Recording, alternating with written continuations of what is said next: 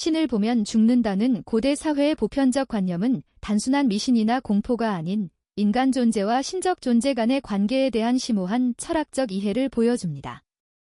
이 개념은 다양한 문화권과 종교 전통에서 발견되며 특히 성경에서 두드러지게 나타납니다. 이 관념이 왜 형성되었는지에 대해 다층적으로 살펴보겠습니다. 고대 존재론에서 신은 순수 존재로, 인간은 혼합된 존재로 인식되었습니다.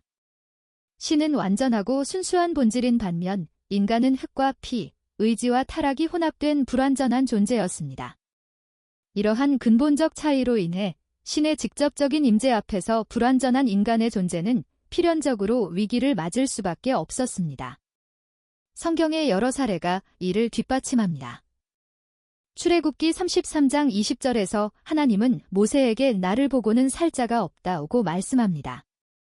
이사야 6장 5절 환상 중 하나님의 옥좌를 보고 화로다. 나여 망하게 되었도다. 라고 외칩니다. 에스겔 한 장은 주의 영광을 보고 얼굴을 땅에 대고 쓰러집니다. 이는 단순한 겸손이나 공포의 표현이 아니라 초월적 존재와 유한한 인간 사이의 존재론적 간극에 대한 인식이었습니다.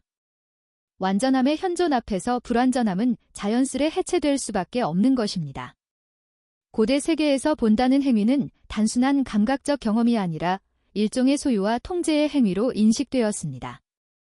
무언가를 볼 수 있다는 것은 그것을 인지적으로 파악하고 자신의 이해 체계 안에 위치시키는 것을 의미했습니다. 그러나 신은 본질적으로 인간의 인지 체계를 초월하는 존재입니다. 따라서 신을 본다는 것은 신을 인간의 이해 틀 안에 가두려는 시도, 즉 신성을 제한하고 통제하려는 불경스러운 행위로 여겨졌습니다.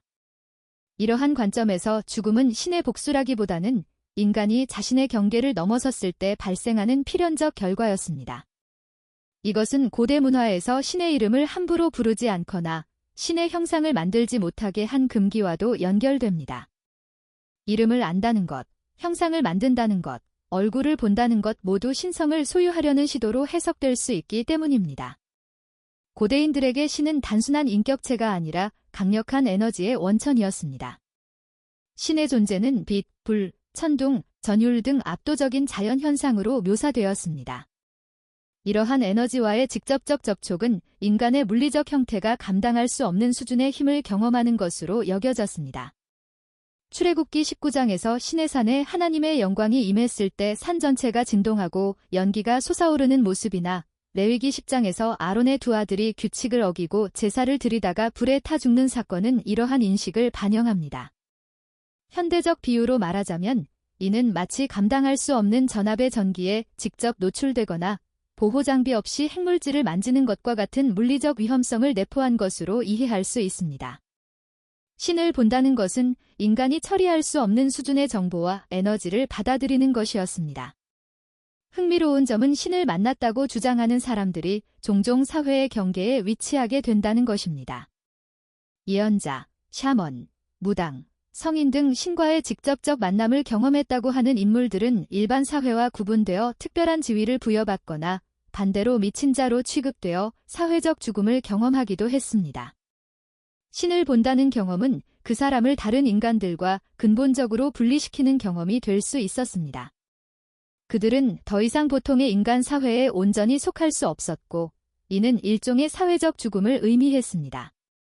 제 생각에 이는 오늘날에도 극단적인 신비 체험이나 초월적 경험을 한 사람들이 그 경험을 다른 이들과 공유하기 어려워하는 현상과도 맥이 닿아 있습니다.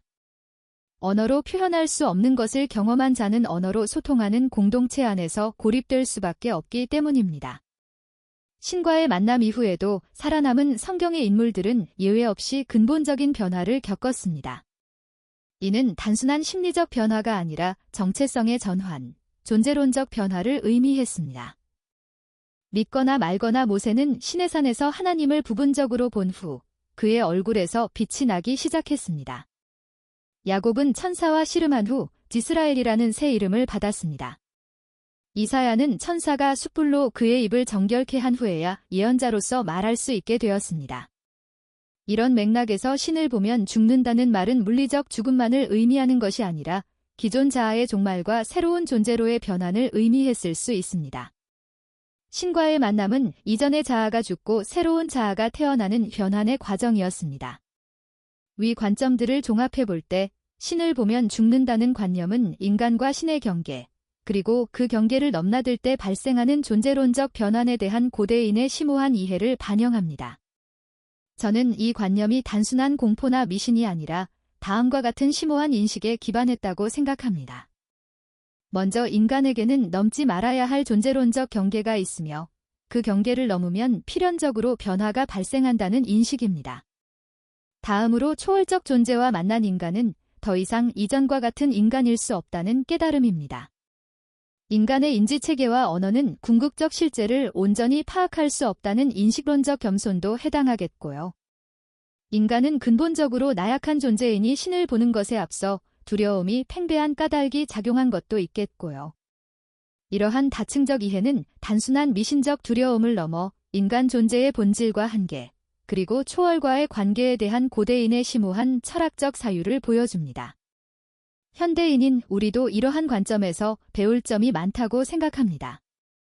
신을 보면 죽는다는 말은 결국 초월적 실제와의 직접적 만남이 가져오는 근본적 변화, 즉 이전 자아의 죽음과 새로운 존재로의 탄생이라는 심오한 존재론적 진실을 담고 있는 것입니다.